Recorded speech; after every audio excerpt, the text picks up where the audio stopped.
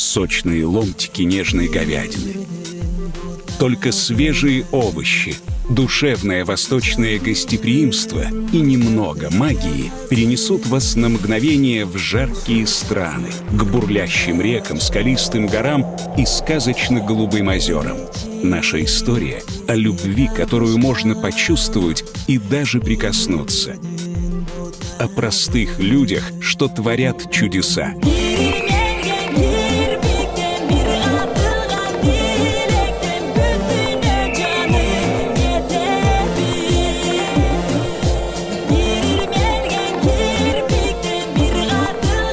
Сочная, натуральная, аппетитная шаурма из говядины.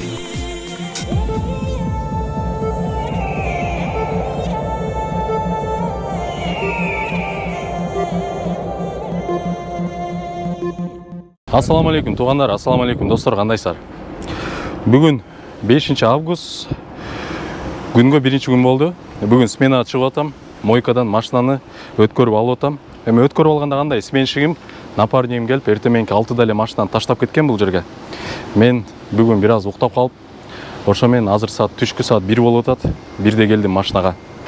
Машина мынакей, эгер кимден ким каналга жаңы кошулуп, жаңы көрүп аткан болсо, Зикр 009-те Москвада тариф элитте жумуш иштейм, такси кызматында. Машина ушундай, элит тарифте. Машина жуулган, таза, заряд полный. Азыр зарядты көрөбүз, канча процент менен алып келиптир. Заряд 94% менен турат, азыр пробег 29421 километр. Ошондо сменшигим 400 километр жүрүптүр. Мен кече күн 29000 менен өткөрүп бергем. Экөөбүз приблизительно ушундай эле жүрүп атабыз. Анткени мунун алдында мен өткөрүп берип атканда 400 километр жүргөм. Бир сменда ошондой жүрүп калат экенбиз. Бир сменда болгондо почти биз сутка иштеп атабыз да, 20 саат ушундай иштеп атабыз. Ошол достор. Бүгүн биринчи күнгө жумуш кандай болот, смена кандай болот? Видеонун жүрүшүндө көрсөтүп берем. Видеону аянат чейин көрүп туруңуздар. Кимден ким каналга каттала элек болсо подписаться кнопкасын басып катталып, лайктан басып, комментарийден жазып тургула. Видеонун жүрүшүндө дагы жаңы чыккан жаңылыктар болсо ошолорду айтып бергенге аракет кылам. Жана ошондой эле жумуш тууралуу дагы бир аз маалымат бергенге аракет кылам достор. Ошол кеттик, анда жумушту баштайбыз.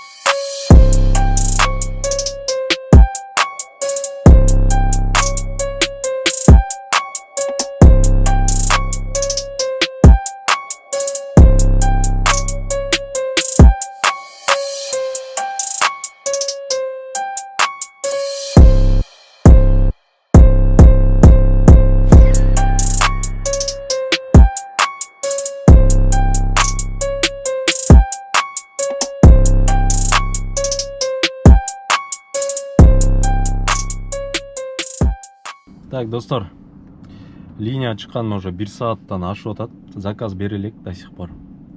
Вот центрда прям Новый Арбаттын бир переулокто отурам.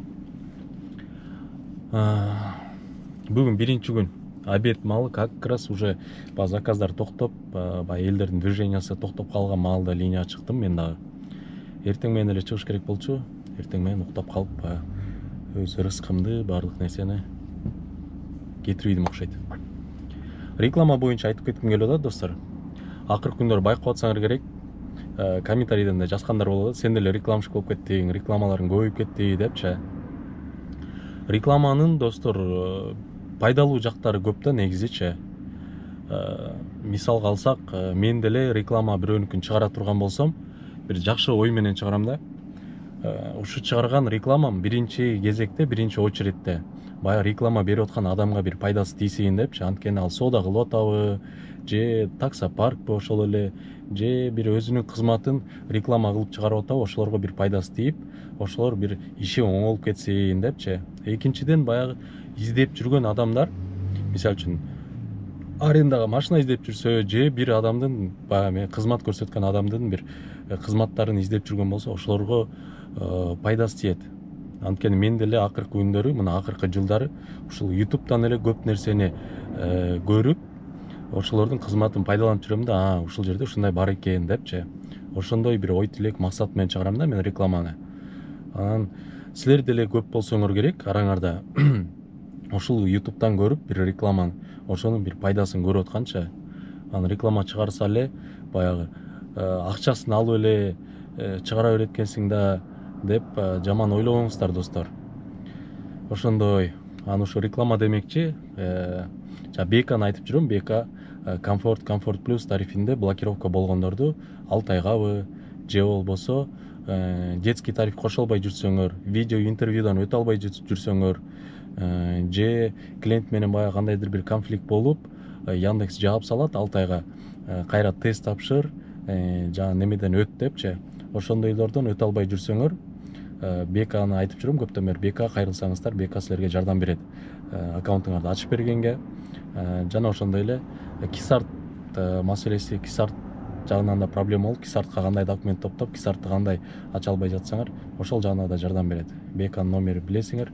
Көптөн бери айтып жүрөм. Бул Беканы көбүнчөсү мага WhatsAppка жазып калат. Ал Бека акчаны период которду деп атат, ишенсек болобу, бул телефон номерге жооп бербейт экен, чалсаң WhatsAppка жооп бербейт экен депчи. Которо берсеңер болот акчаңарды. Кээ бирде ошондо анда звоноктор аябай көп болот, жазгандар көп болот, ошого жооп берип жетишпей калат. Жооп берем депчи унутуп калат. Акчасын которуп, кызматынан пайдалана берсеңер болот. Эгерде Бека кайра связга чыкпай, акчаңарды алып алып, жазганыңарга жооп бербей жаткан болсо, мага жазгыла WhatsApp номериме. Мен акчаңарды алып берем же ошол аккаунтуңарды ачтырып берем. Мен номеримде да көп сурагандар бар. Комментарийге номериң жазып кет, номериң калтырып кет деп. Комментарийге номер жазган болбойт достор. Номер жазсаң ал жактан өчүп кетет. YouTube ага жол бербейт.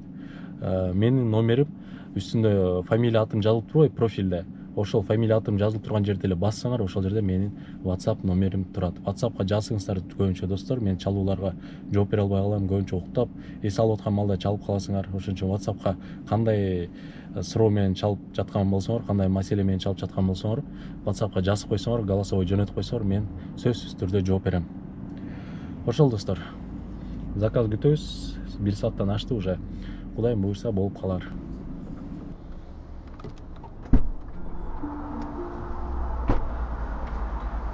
Здравствуйте. А вас сколько человек? Вот все. Только на 3 места. А там что? А там в этом тарифе только на 3 места. У меня рельсы заблокированы специально. Да? Да. А если на коленке? А? На коленке? Рискованно. Потихонечку. А тут до Кремля доехать. Что? Штраф заплатим, слушай. Садись.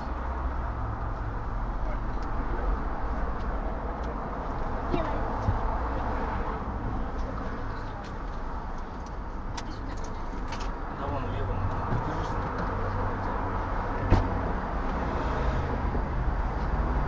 Вон нифига прикинь, да? Часы. Вон часы. А что там написано где-то, что ли, да? А? Про 3 места где-то написано? Ну, вы же тариф элит вызывали. Да. Видите, чё, только говорите? на 3 места. Да. Что, решили попробовать лето, это?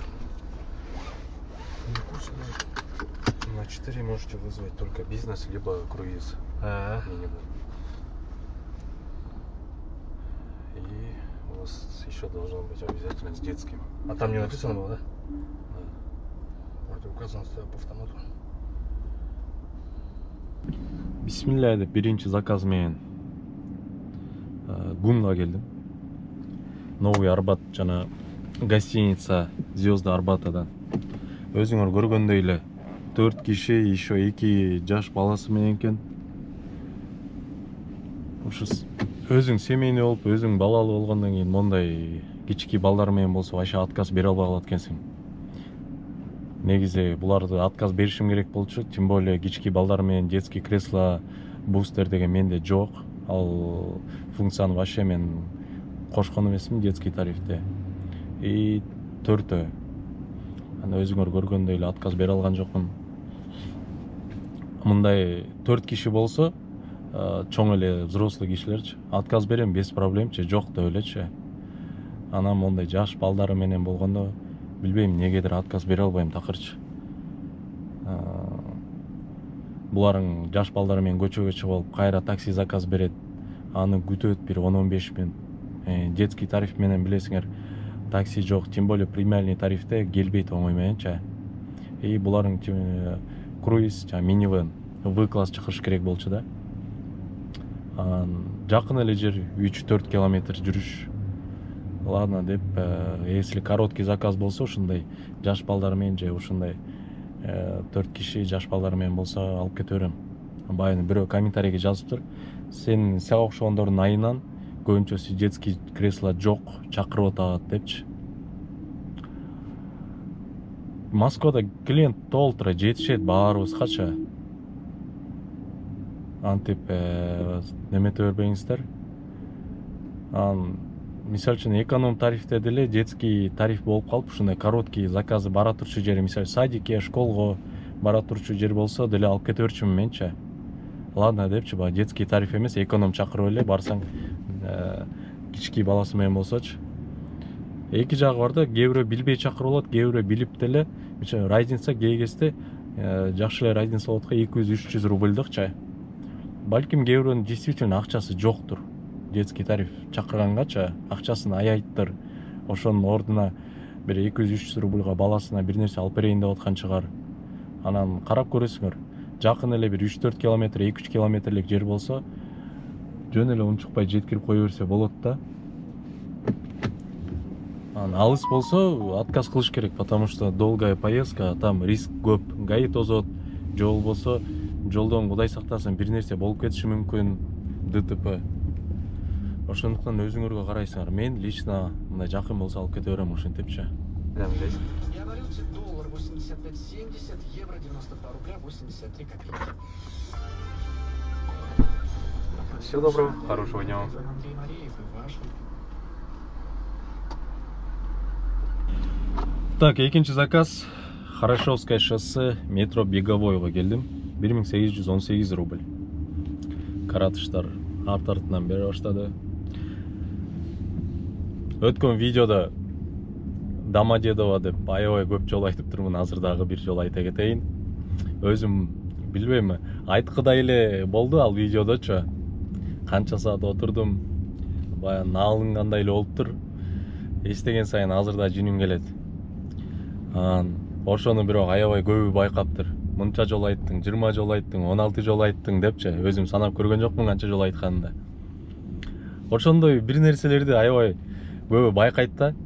Мындай кылып койдуң, тиңдей кылып койдуң, бул жерден тигинтип койдуң, минтип сүйлөп койдуң депчи.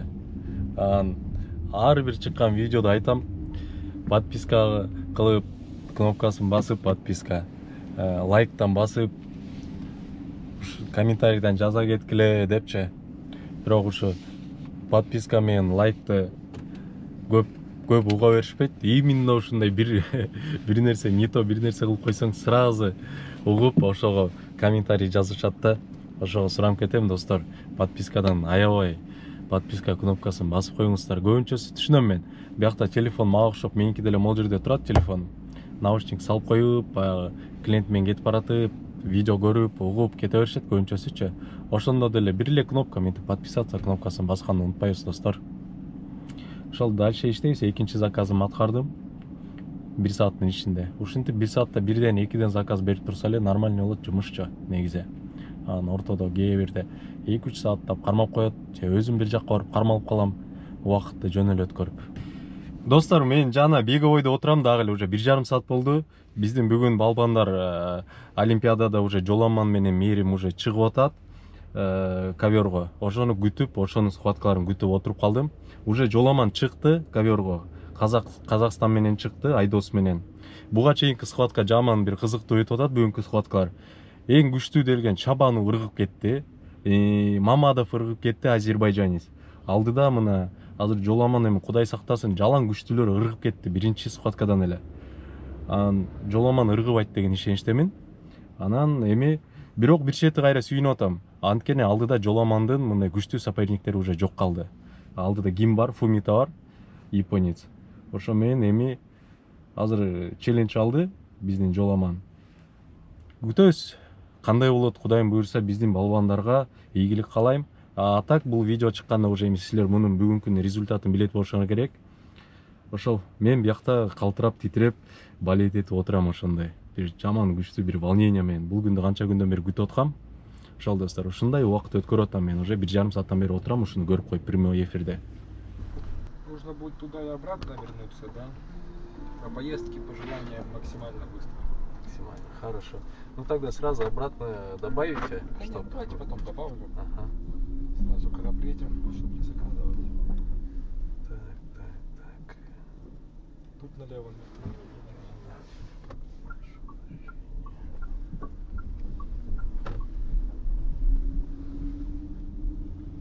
У вас ковер, смотрю, модный. Да, прямо.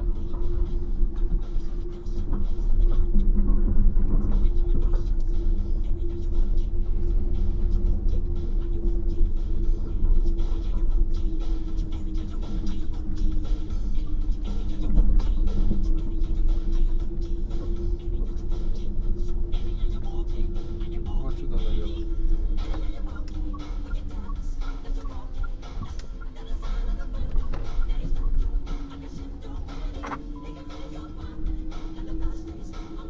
Прямо? Да, сверху. Вот это остановите. На ходу нет.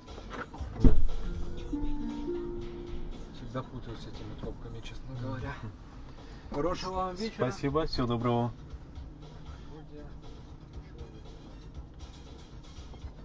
Так, достор, метро проспект Мира жакта жүрөм. Ушул жактан алып Добрынинский метро жакка бардым. Кайра обратно ушул жакка эле келдим. 3596 рубль. Жумуш бүгүн биринчи күн слабый, кичине эмес, эми бир топ эле. Азыр эми биздики могу августтун 20-ларына чейин ушундай эле болот жумушчу. Септеп, кичине чыдап, сабыр сактап, кичине кое туруш керек. Андан башталат. Анткени азыр баардыгы немеде жүрөт го. Отпускада. Не только бизде, эми азыр көбүнчө эле тарифте слабый болуп атыптыр. Билишимче В класстан башкасында. В класстыкында жакшы болуп атат. В класс негизи туристтерди ташыйт да. Туристтер бул жака келди, бул жактын жителдери турист болуп башка жака кетти. Короче, ушундай болуп атат жумуш азыр.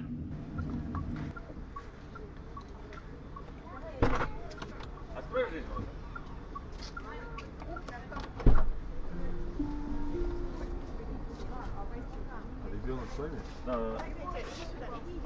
Давайте. Нету мусора. Мусора нету. Цепочку, она грязная. Давай-ка я тебя перенесу, иди сюда. Это не страшно. Ну не надо там дорогу, куда?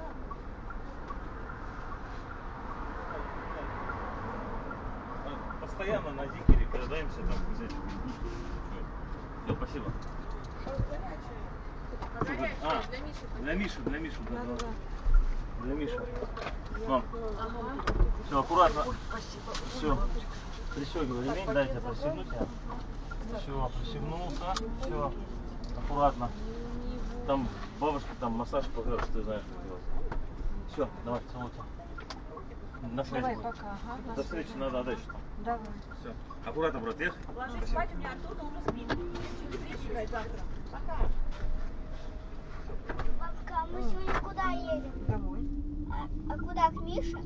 Да. Бабушка, смотри. Так, достор, Кировоградская келдим. Бул метро Пражская. 25 минута 4423 рубль. Бүгүн менин клиенттерим жалаң бир без детского кресла салып койсом, ошо менен артынан что-то кете башташты окшойт, эркелешип. Бул да ошондой экен. Ортодо дагы бир перекур кылдым. Финальный схваткаларын көрүп, биздин борецтердин жоламан азыр жол катары ойлонуп, жоламан такыр ойман кетпейт. Жаман жалко болуп атат жоламанды ойлоп алыпчы. 4 жыл бою ушунчалык дайындык, 4 жыл бою эч кимге эч нерсе бербей келип, чемпионат, Азия, лига подобный баарын алып келип туруп, олимпиададан алдырып койгонго жаман ичим ачышып калды. Фумитан чабану беркилерден такыр коркчу эмесмин, ушу Фумитаны ойлоп аткам, блин деп Фумитага алдырып койду. Эми көрдүңөр да силер. Жаман ошого ичим ачышып, байкуш жоламанда азыр кандай состоянияда, баягы Токиодо утулуп калганда ушундай ыйлабады эле, ак жол барып сооротуп.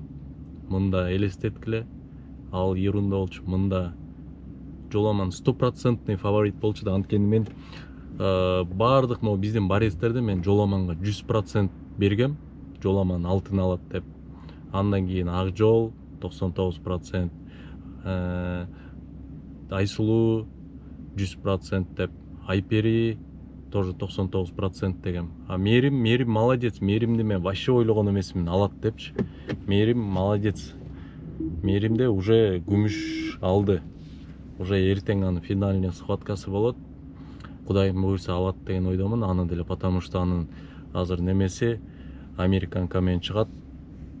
Американканы жөн эле алат го деген ойдомун. Бирок ал деле күчтүү экен, бирок алат деген ой болуп атам. Ошол достор, аренам чыкты 12-ге чейин, азыр 12-ден өттү уже 13 минута. Дальше эми чөнтөккө иштейбиз. Жоламан, байкуш жоламанга жаман жалко болуп атат. Ошол оюман кетпей эле жолдо ойлонуп келип, элестеткиле 4 жыл биз мындай, например, ойлоп койдум да, биз аэропортко барып бир 2 саат заказ күтүп, очередтен ыргытып ийсе кандай жинибиз келет, 2 саат убактым өлдү деп. Мен өткөндө Домодедовдон дагы бир жолу айтып кетейин, 6 саат убактым өлдү депчи. Саат болгону бияктачы. Бул жоламан элестет 4 жыл алдыда, эми дагы 4 жыл дайынданат. Вообще мындай ойлоп муну бир билбейм. Короче, ушундай достор, дальше иштейбиз. Так, достор, бүгүнкү сменам бүтүрүп атам. Саат 4:30 болду. Заказ жок. 12-ге чейин иштедим, 12-ге чейин арендадан чыгардым, 12-ден кийин бир да заказ кылган жокмун. Центрда отурдум, турдум, ары бери кичине айдадым, вообще заказ берген жок. Ошо менен өзүм да көп иштегенге желание тартпай койду. Зарядка, машинанын зарядын толтуруп, азыр мойкага келдим. Болгону азыр 29547 километр болуп туруп пробег. Мен 29420 демке менен алсам керек эле. 120 километр жүрүп турмун болгону.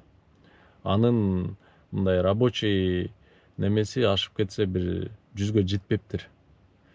Ошол достор, заработок бүгүн минус менен кетип атам үйгө. 15 000 аренда чыгарганым менен расходторум чыккан жок. Мисалы үчүн 1000 рубль азыр мойка, 1000 рубль такси, анан 1000 рубль тамак ашым. 3000 рубль бүгүнкү күндүн эсебинен минуска кетип атам. Жумуш ушундай. Буга да Кудайга шүгүр. Эмнеге? Анткени бөөдө кырсыктан тышкары үйгө аман эсен кетип атам. Эч кандай мындай приключениясы жок. Жана ошондой эле минус аренда вообще минуска кеткен жокмун. Арендам чыкты. Бул тарифте ушундай, мен постоянно айтып келем, бул тарифте стабильность жок деп. Жумуш болуп келип туруп вообще жумуш болбой калат. Даже арендаң чыкпай калат. Ошондой күндөр көп болот. Анан видеону эми көрүп келатсаңар силер постоянно эле жумуш болгондой чыгарып атам, жок болсо жок деп эле чыгарып атам.